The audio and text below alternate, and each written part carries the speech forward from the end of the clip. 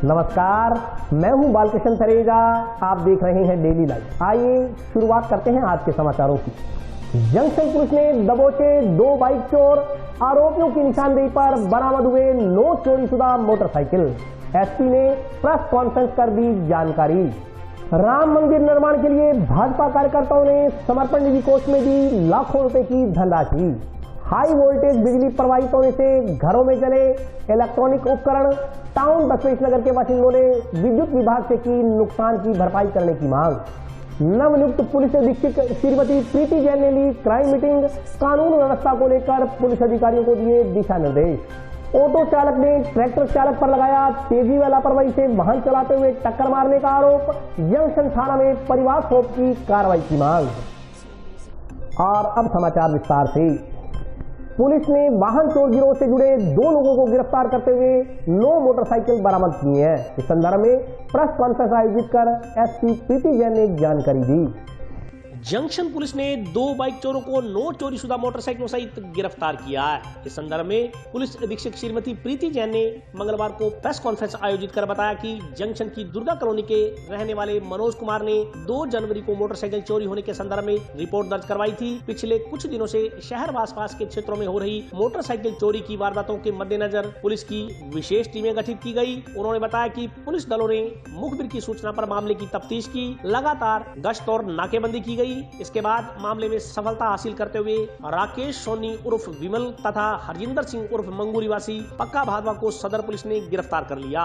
दोनों आरोपियों की निशानदेही पर अब तक 9 मोटरसाइकिल बरामद किए गए हैं। इनमें से 4 मोटरसाइकिल जंक्शन थाना क्षेत्र के, जबकि 1 मोटरसाइकिल टाउन तथा 4 मोटरसाइकिल श्रीगंगानगर व आसपास के क्षेत्रों से चोरी होना पाए गए। एसपी प्रीति जैन ने बताया कि पकड़े गए आरोपी राकेश सोनी ने पूछताछ में कार की लूट की वारदात का भी खुलासा किया है। आरोपी ने 30 दिसंबर को खाकी वर्दी पहनकर चाकू की नोक पर एक कार चालक से कार व अन्य सामान लूटने की वारदात को अंजाम दिया था। उन्होंने बताया कि फिलहाल दोनों आरोपियों को न्यायालय में पेश कर 3 दिन का रिमांड मंजूर करवाया गया है। पुलिस आरोपियों से गहन पूछताछ कर रही है। ये 2 जनवरी 2021 को एक मोटरसाइकिल चोरी की वारदात हनुमानगढ़ जंक्शन थाने पर दर्ज हुई। उसके संबंध में अनुसंधान तफ्तीश करते हुए और इसके अलावा जो हनुमानगढ़ हेडक्वार्टर में चोरी की वारदातें, नकबजनी की वारदातें और वाहन चोरी में विशेष रूप से मोटरसाइकिल चोरी की जो वारदातें हैं, उसके तहत जिला स्तर पर एक स्पेशल टीम का गठन किया गया, जिसमें हनुमानगढ़ सदर, जंक्शन और टाउन थाने की टीम और कुछ अन्य सिपाहियों को शामिल करके भी एक टीम बनाई गई, जिन्होंने मुखबिरी के द्वारा कोशिश की कि इस तरह की वारदातों में किस प्रकार के लोग लिप्त हैं, उनके बारे में पता लगाया जाए। इसी दौरान एडिशनल एसपी जसाराम जी बोस, प्रशांत कौशिक, हनुमानगढ़ सीओ सिटी और हनुमानगढ़ जंक्शन थानाधिकारी श्री नवेश गेरा के नेतृत्व में टीम को सफलता मिली। उन्होंने राकेश सोनी उर्फ विमल पुत्र ओम प्रकाश और उन्हीं के साथी हरजिंदर सिंह उर्फ मंगू पुत्र गुरदर्शन, इनको गिरफ्तार किया। इनके कब्जे से एक चोरीशुदा मोटरसाइकिल बरामद की गई और इनसे और पूछताछ की गई तो उसमें 8 और मोटरसाइकिलें जो कि हनुमानगढ़ सिटी, जंक्शन, टाउन और सदर एरिया से और इसके अलावा गंगानगर और इसके आसपास के क्षेत्र से जो उन लोगों ने द्वारा चुराई गई थी वो बरामद हुई। गिरफ्तारी के बाद इनसे और पूछताछ की गई। उसमें एक बड़ा खुलासा ये हुआ कि 30 दिसंबर 2020 को हनुमानगढ़ टाउन क्षेत्र में चाकू की नोक पर एक कार को लूटकर और उसके साथ कुछ सामान और अन्य चीज़ें लूटकर लेके जाने का केस हुआ, जिसमें भी राकेश सोनी जो है वो शामिल था। इसने कबूल किया और इससे संबंधित साक्ष्य उससे प्राप्त किए गए हैं। ये राकेश सोनी ने तब पुलिस की वर्दी में इस प्रकार की लूट को अंजाम दिया, तो ये काफ़ी एक सेंसेशनल चीज़ थी कि एक पुलिसधारी व्यक्ति जो है वो उसने इस प्रकार की वारदात को अंजाम दिया।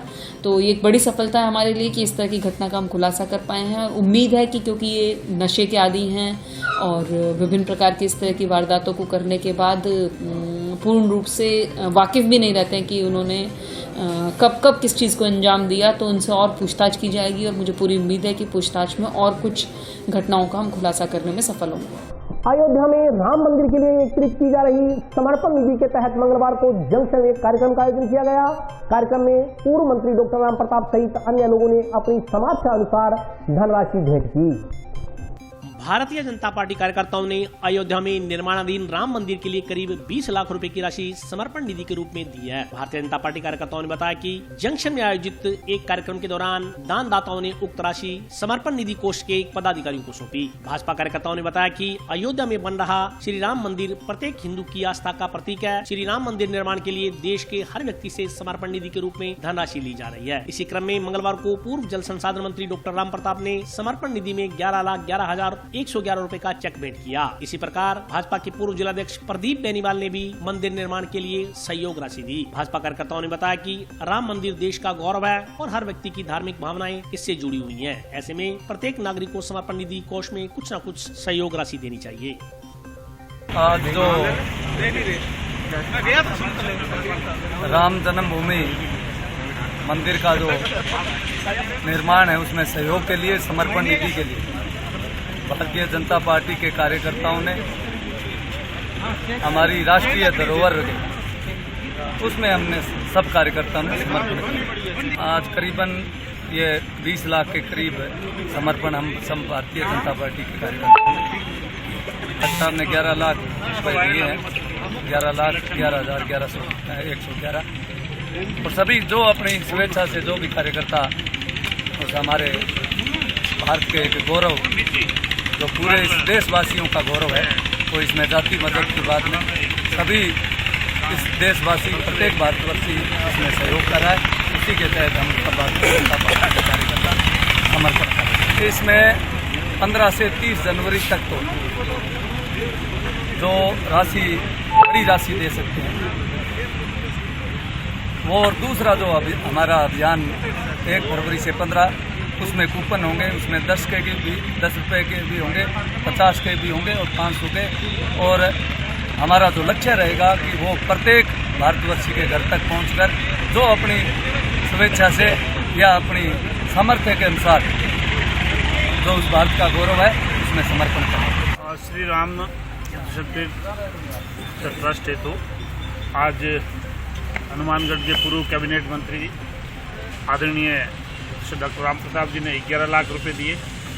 पूर्व जिलाध्यक्ष जैसे भाई प्रदीप जी ने बेनीवाल ने 11 लाख रुपए के चेक दिए और भी बहुत सारे अपने राम भक्तों ने आज लाखों हजारों रुपए के चेक यहाँ सुपुर्द किए।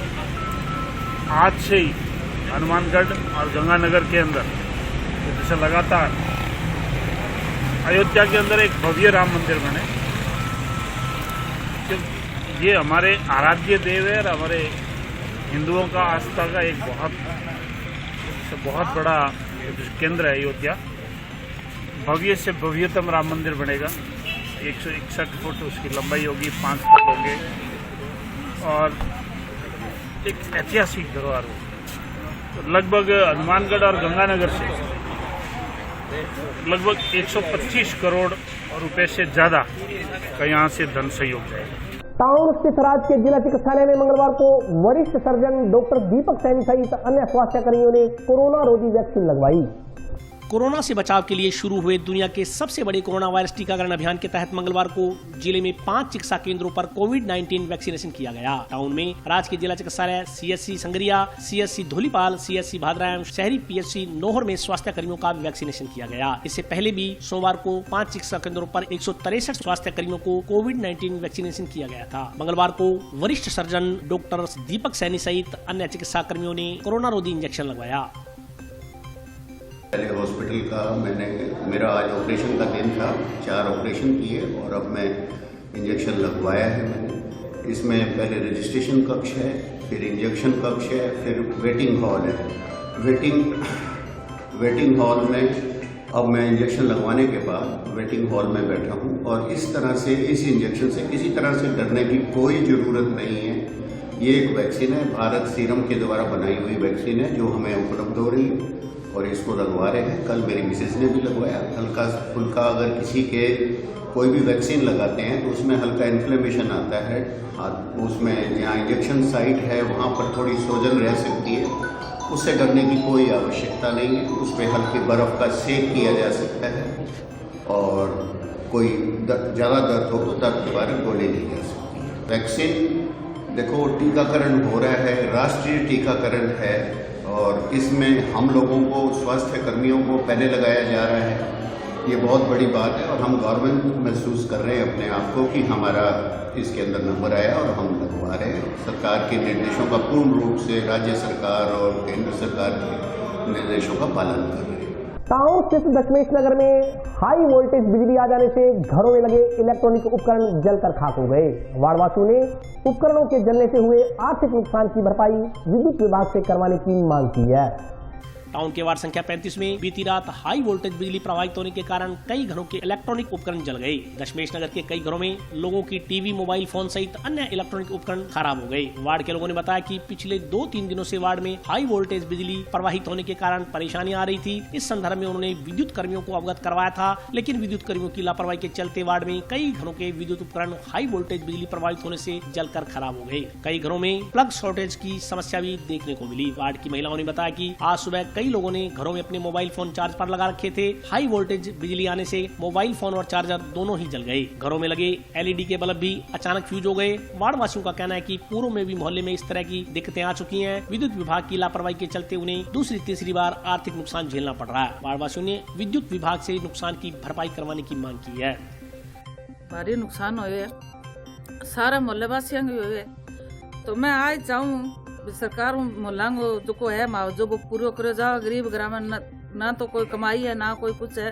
बच्चा है तो वह बच्चा बेचारा कोई चीज टेलीविजन है और है कुछ देखना चाहो बा भी बंद होगी बांगी, तो माना जो को नुकसान है हमारो पूरा करो जाओ। जय साहब के साथ हमारी यही निवेदन है। घर में एक तो मोबाइल, एक सेटअप बॉक्स, एक मिक्सी, 3 चीज जल गई, एक चार्जर। अभी तो लाइट आगे गया के पतो वोल्टेज में सारी बंद कर रखी है, चेक कौन करी, बहुत ज्यादा वोल्टेज हो रही है। ये वार्ड नंबर 33 है और सर इसमें क्या है कि 15 तारीख को 4:30 बजे ये लाइट की वोल्टेज तेज होने के कारण काफी घरों में नुकसान हुआ है। जैसे मान लो किसी की एलसीडी फट गई, किसी के मोबाइल फट गए, मतलब काफी प्रॉब्लम्स आई है। सबके घर में कोई ना कोई शॉर्ट सर्किट हुए हैं और इनके जो ये माता जी है इनके घर में पूरी बिजली खराब होगी, तो इसलिए पूरी तारें वगैरह, पूरी वायर वगैरह जल गई।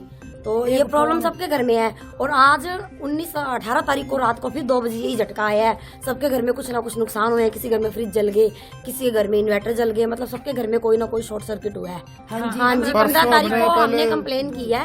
15 तारीख को हमने रात को मतलब 7:15, 8, 8:30 के बीच में हमने कंप्लेन की है।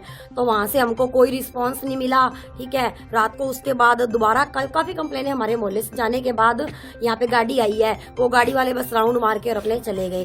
कल 16 तारीख को फिर लोग आए, तो उसके बाद क्या है कि जो अपने मरकरी लगी हुई है, ठीक है, तो ये मरकरी चेंज करके गए हैं। बस अब हमारा कोई सोल्यूशन नहीं हुआ और आज कोई नुकसान हमारी फिर होगा। भी लाइट वोल्टेज तेज आ रही है, तो ये परसों इन्होंने हमारे नुकसान काफ़ी हो गया। तो कल दिन में तो लाइट ठीक रही है, लेकिन रात को फिर शिकायत करने के बाद भी लाइट फिर तेज आई है। इससे हमारी 2 ट्यूबलाइटें ख़राब हो गई है और दूसरे घर में हमारी सारी फिटिंग जल गई, जिसमें 4 बल्ब और 1 ट्यूबलाइट सर जल गई। सर इसमें बिजली विभाग की लापरवाही, क्योंकि शिकायत करने के बाद भी इन्होंने सोल्यूशन नहीं किया और लाइट फिर भी तेज वोल्टेज आ रही थी सर। इससे हमारा नुकसान हुआ है सर। भी जो हमारा नुकसान हुआ है सर वो हमारा मतलब मुआवजा दे दें सर। आज सुबह मेरे वार्ड वासियों का फोन आया मेरे पास। काफी वार्ड के मेरे परिवार इकट्ठे हो रखे थे, 100 परिवार। आज सुबह हाई वोल्टेज लाइट होने के कारण से वैसे समस्या चल रही है 15 तारीख से ये, और बार बार बिजली बोर्ड को अवगत कराया जा रहा है। अभी हाई वोल्टेज होने की वजह से परिवारों के कोई किसी का टीवी चल गया, किसी का फ्रिज चल गया, नुकसान हो रहा है घरों में। वो कहते भी मेरे को घंटा 1.5 घंटा लगेगा। तो उन्होंने हमारे साथ स्पीकर होल्ड पे बात करके आश्वासन दिया जो भी नुकसान हुआ उसकी बिजली बोर्ड उसकी भरपाई करेगा। और जो भी हमारा जो नुकसान है उसका मुआवजा देने के लिए उन्होंने हमें यहाँ की है। और लाख रुपए से ऊपर का नुकसान हो चुका है। बिल्कुल जी लापरवाही बरत रहे हैं। बिजली बोर्ड की बिजली बोर्ड है वो बिल्कुल लापरवाही बरत रहा है। बार बार अवगत करवाने के बाद भी कोई काम नहीं हो रहा हमारा। तारा टूट गया, तारे हैं जो बहुत नीचे हैं, पोल हैं वो कम से कम 100-200 मीटर की दूरी पे लगे हुए हैं, तो बीच के अंदर पोल नहीं है, तारें लटक जाती है। 1-2 पशु भी हमारे पीछे वार्ड के अंदर करंट लगने की वजह से उनकी मौत हो गई। कल भी टूट गया। और अभी वक्त है ब्रेक का। हाजिर होता हूँ छोटे से ब्रेक के बाद।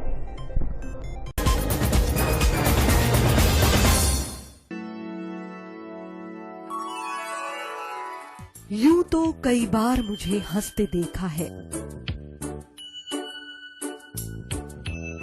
पर ये हंसी कुछ और है। ये गहना मुझ पर जचता है, पर ये महज एक गहना नहीं, ये रूपरेखा है मेरे मन की, हंसती खिलखिलाती लहरों की, जो आतुर थी अब तक मुझ पर सजने को। इसलिए ये गहना ही मेरा सच्चा श्रृंगार है, श्रृंगार है, श्रृंगार है।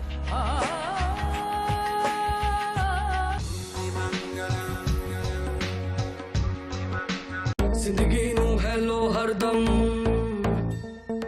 जिंदगी नू हेलो हरदम, बदले दुनिया बदला नजरिया, है तैयार हम तैयार हम तैयार हम तैयार हम तैयार हम तैयार हम तैयार हम तैयार, है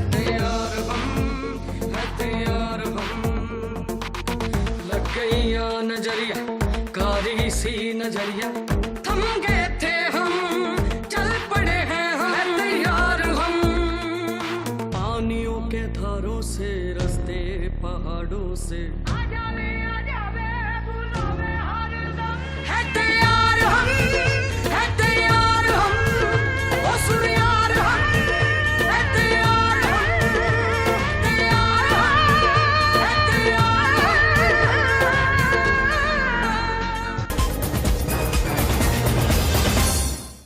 ब्रेक के बाद स्वागत है। आइए नजर डालते हैं अगले समाचारों पर। नवनियुक्त पुलिस अधीक्षक श्रीमती प्रीति जैन ने मंगलवार को एसपी ऑफिस में पुलिस अधिकारियों की बैठक ली।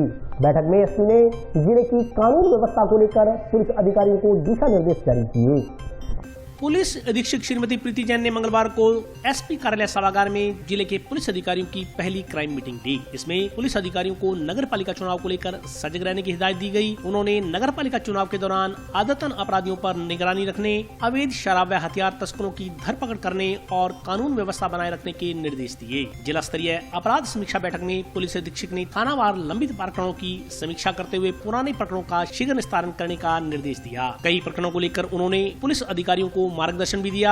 जिले में नशे के बढ़ते कारोबार के मुद्दे पर एसपी प्रीति जैन ने कहा कि नशीले पदार्थों की तस्करी रोकने के लिए चलाए जा रहे ऑपरेशन प्रहार के तहत तस्करों पर मजबूत प्रहार करना होगा। साथ ही संजीवनी अभियान के तहत जनमानस को जागरूक कर नशे के खिलाफ लड़ाई में सहयोग व समन्वय के लिए तैयार रहना होगा। इस तरह संजीवनी व प्रहार अभियान के 2 तरफा प्रयासों से हनुमानगढ़ जिले में नशीले पदार्थों की तस्करी पर प्रभावी लगाम लगाई जा सकती है। एसपी ने जिले की कानून व्यवस्था, अपराधों व उन पर अंकुश को लेकर किए जा रहे पुलिस के प्रयासों की समीक्षा की। सर्दी के मौसम के दृष्टिगत चोरी की घटनाओं पर रोक लगाने को लेकर विशेष सतर्कता बरतने आदि का निर्देश दिया। एसपी प्रीति जैन ने कहा कि जनता से संबंधित समस्याओं को लेकर ज्यादा संवेदनशीलता बरतने की आवश्यकता है। उन्होंने जन समस्याओं को प्राथमिकता में रखते हुए मानवता और संवेदनशीलता के साथ निराकरण करने के निर्देश दिए। बैठक में एएसपी जसाराम बोस, राजेंद्र मीणा, डीएसपी प्रशांत कौशिक, जंक्शन थाना प्रभारी नरेश गहरा, टाउन थाना प्रभारी लक्ष्मण सिंह राठौड़, पुलिस निरीक्षक विजय मीना, भादरा थाना प्रभारी कविता पूनिया, सदर थाना प्रभारी लखवीर सिंह, एसआई चंद्रमान धुआ सहित अन्य थानों के प्रभारी व पुलिस अधिकारी मौजूद रहे।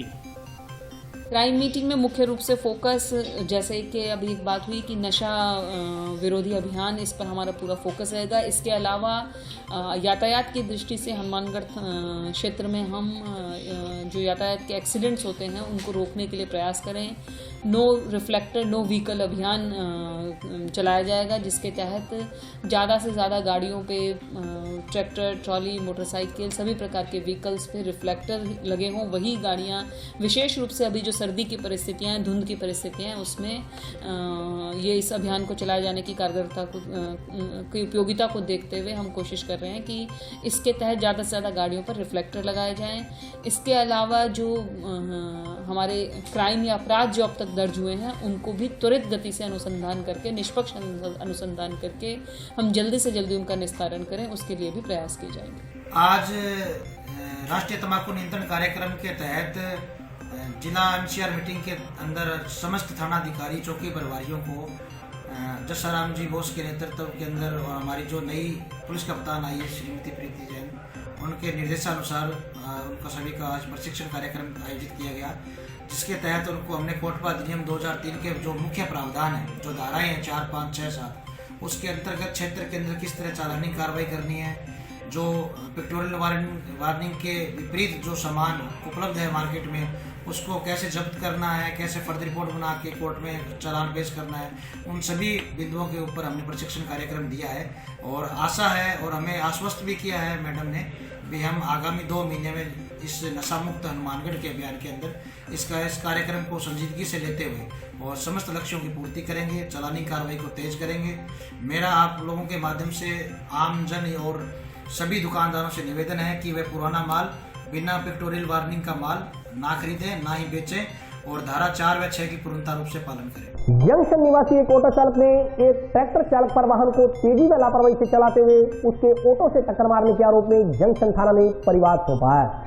जंक्शन की गांधीनगर कॉलोनी के रहने वाले एक व्यक्ति ने जंक्शन थाना में परिवाद देकर एक ट्रैक्टर चालक द्वारा तेजी व लापरवाही से वाहन चलाते हुए टक्कर मारने के मामले में शिकायत दर्ज करवाई है। गांधीनगर के रहने वाले दीपक कुमार नामक व्यक्ति ने बताया कि वह ऑटो रिक्शा चलाता है। वह अपने ऑटो पर टाउन से जंक्शन की तरफ आ रहा था। होटल ग्रैंड इन के नजदीक एक ट्रैक्टर चालक ने लापरवाही से वाहन चलाते हुए उसके ऑटो रिक्शा में टक्कर दे मारी। इससे उसके सिर पर चोट लगी। ऑटो भी बुरी तरह से क्षतिग्रस्त हो गया। उक्त ऑटो चालक ने बताया कि जब उसने ट्रैक्टर चालक से बात की तो ट्रैक्टर चालक ने उसके साथ अभद्र व्यवहार किया। उक्त व्यक्ति ने जंक्शन थाना में परिवाद दर्ज करवाते हुए ट्रैक्टर चालक के खिलाफ कार्रवाई की मांग की है। और आगे वो ट्रॉली ब्रेक कर रहा था ग्रैंड इन होटल के पास। जैसे ब्रेक लगाने लगा तो वो ट्रॉली में जाके भिड़ गई। उसकी गलती से गाड़ी भिड़ गई। मेरे को तो हाथों हाथ हॉस्पिटल चक्के ले गए। पीछे से गाड़ी आ रही थी, वो चक्के ले गए। खून खून हो रहा था। मेरे को पता नहीं बाद में क्या हुआ है क्या नहीं हुआ। मैं तो वो एप्लीकेशन लगा देता हूँ, कल को कोई बात वगैरह ना हो जाए कोई ऐसी वैसी। शहर में क्षतिग्रस्त शौचालयों के कारण लोगों को खासी दिक्कतें झेलनी पड़ रही हैं। आमजन ने नगर परिषद से क्षतिग्रस्त शौचालयों का पुनर्निर्माण करवाते हुए सफाई व्यवस्था दुरुस्त करवाने की मांग की है। टाउन में कॉलेज फाटक के नजदीक बने सार्वजनिक शौचालय की बदतर हालत स्थानीय दुकानदारों के लिए परेशानी का सबब बनी हुई है। स्थानीय लोगों का कहना है कि जब से कॉलेज के नजदीक उक्त शौचालय बना है उसके बाद से नगर परिषद द्वारा आज तक इसकी सार संभाल नहीं की गई है। पानी निकासी की कोई व्यवस्था नहीं होने के कारण उक्त शौचालय के आसपास गंदा पानी एकत्रित हो जाता है। दुकानदारों ने बताया कि उन्होंने स्वतः ही उक्त शौचालय में मिट्टी भरकर आसपास के क्षेत्र को साफ करने की कोशिश की थी, लेकिन शौचालय के आसपास लोग बाग पेशाब कर देते हैं। ऐसे वहाँ गंदगी पसरी रहती है। पेशाब की बदबू से आसपास के दुकानदारों का जीना मुहाल हो गया। दुकानदारों का कहना है कि कई बार सफाई कर्मियों को इसके रखरखाव को लेकर कहा गया, लेकिन उनकी बातों को अनदेखा कर दिया गया। स्थानीय दुकानदारों ने नगर परिषद से उक्त शौचालय का पुनर्निर्माण करवाकर सफाई व्यवस्था दुरुस्त करवाने की मांग की है। इसको कहते थोड़ा सही करवाओ, थोड़ा सा क्यों जांच इस पर कर रखी है। लोग पेशाब बाहर करते सारा बाहर आ रहा है, अंदर की तरफ तो जा ही नहीं रहा। तो अंदर की तरफ निकले तो सही हो, या तो हम तो सारे परेशान हुए पड़े इससे। तो थोड़ा बढ़िया तरीके से बनाओ, थोड़ा सा भी पेशाब वगैरह अंदर जाए बात तो ना जब कितना यहाँ पे हुआ पड़ा है। लोग इस तरह से यहाँ पे क्या करते हैं, साइडों में करके निकल जाते हैं। कभी नगर परिषद वाले नहीं संभाल के गए तो हम मार्केट वाले कभी संभालते हैं, कभी संभालते ये सारा जो भी गिरा मिट्टी वगैरह हम नहीं गिरी मार्केट वालों में। ये पेशावर बना रखा है यहाँ पे पुलिस फाटक के ऊपर। मात्र पेशावर ये एक ही है यहाँ पे। आसपास दुकानदार भी पेशावर यहाँ पे जाते हैं। जब से बनवाया है कोई साथ संभाल नहीं है, ना कभी नगर पालिका ने इसको संभाला। जब कर्मचारी ने कोई देखा झाड़ू मार डली यहाँ पे आते हैं, देख के हिसाब करके चले जाते हैं यहाँ से। इस कारण यहाँ पे गंदगी हो रही नहीं जानती, जैसे मच्छर और भी इसमें जी कोई दुकानदार कोई परेशान है। ठीक है, इसमें हम ही चाहते हैं कि पेशावर को बड़ी तरह बनाया जाए, क्योंकि कॉलेज फाटक के ऊपर ये मात्र पेशावर है तो कॉलेज के नज़दीक भी है और आने जाने वालों के लिए इसके लिए भी कोई अवस्था यहाँ पर नहीं है। और यहाँ पर लड़ी पेशाबगर भी नहीं है कॉलेज के नज़दीक कहीं पर भी। और लड़ी को पेशाब करना होता है वो खुली में जाकर करती है। हम चाहते हैं कि इसको नगर परिषद को कम से संभालें, इसको संभालने के बाद इसका कोई साथ संभाल करें। पूर्वांचल वासियों ने समाज के लिए धर्मशाला हेतु भूमि आवंटित करने की मांग को लेकर नगर परिषद सभापति को ज्ञापन सौंपा। छठ पूजा महोत्सव के दौरान प्रत्येक वर्ष आने वाली समस्याओं को देखते हुए पूर्वांचल वासियों ने छठ पूजा घाट व पूर्वांचल समुदाय के लिए अलग से धर्मशाला के लिए भूमि आवंटन करने की मांग करते हुए नगर परिषद सभापति को ज्ञापन सौंपा। ज्ञापन में कहा गया है कि पूर्वांचल समुदाय के लोग नहरों पर छठ पूजा करते हैं, लेकिन वर्तमान में एनजीटी आदेशों के चलते अब नहर पर छठ पूजा करना मुमकिन नहीं रह गया है। इसके अलावा नहरों पर हर वर्ष कार्यक्रम को लेकर प्रशासन से गुहार लगानी पड़ती है। पानी प्रवाह न होने पर छठ पूजा अधूरी रह जाती है। यदि पूर्वांचल समुदाय के लिए अलग से स्थायी तौर पर घाट निर्माण हो जाए तो हर वर्ष पेश आने वाली इन समस्याएं दूर हो जाएंगी। इस दौरान समिति सदस्यों ने बताया कि घाट के साथ साथ धर्मशाला व समिति कार्यालय के लिए भी अलग से भूमि आवंटित की जाए। वर्तमान में पूर्वांचल वासियों के लिए कोई भी धर्मशाला नहीं है, जिस कारण अपने विभिन्न धार्मिक कार्यक्रमों के लिए उन्हें अन्यत्र जाना पड़ता है। इस दौरान ज्ञापन देने वालों में सुभाष सिंह, सुरेश शर्मा सहित अन्य लोग शामिल थे। हनुमानगढ़ शहर में पूर्वांचल वासी, विशेषकर जो उत्तर प्रदेश और बिहार के हैं, यहाँ पर करीब 18 से 20 हज़ार लोग रहते हैं। जंक्शन के अंदर उनके लिए हमने धर्मशाला की मांग की है, कार्यालय की, जिससे कि वो अपने शादी विवाह, सार्वजनिक जो भी प्रोग्राम है वो उनका वो पूरा करते रहें, आसानी से रहे। अभी वहाँ पर कोई भी ऐसी जगह उपलब्ध नहीं कराई गई है। सभी समाजों को सभी जगह मिल चुकी है।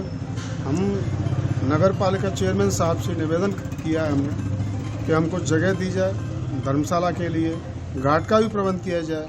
तो छठ महोत्सव है हमारा, वो बहुत अच्छी तरह हम लोग मना सकें और आशा करते हैं कि हमारी बात ज़रूर मानी जाएगी और चेयरमैन साहब इस पर गौर करेंगे। आज 19 तारीख को नगर परिषद के चेयरमैन साहब के यहाँ आए थे एक ज्ञापन देने के लिए राजस्थान पूर्वांचल समिति की तरफ से।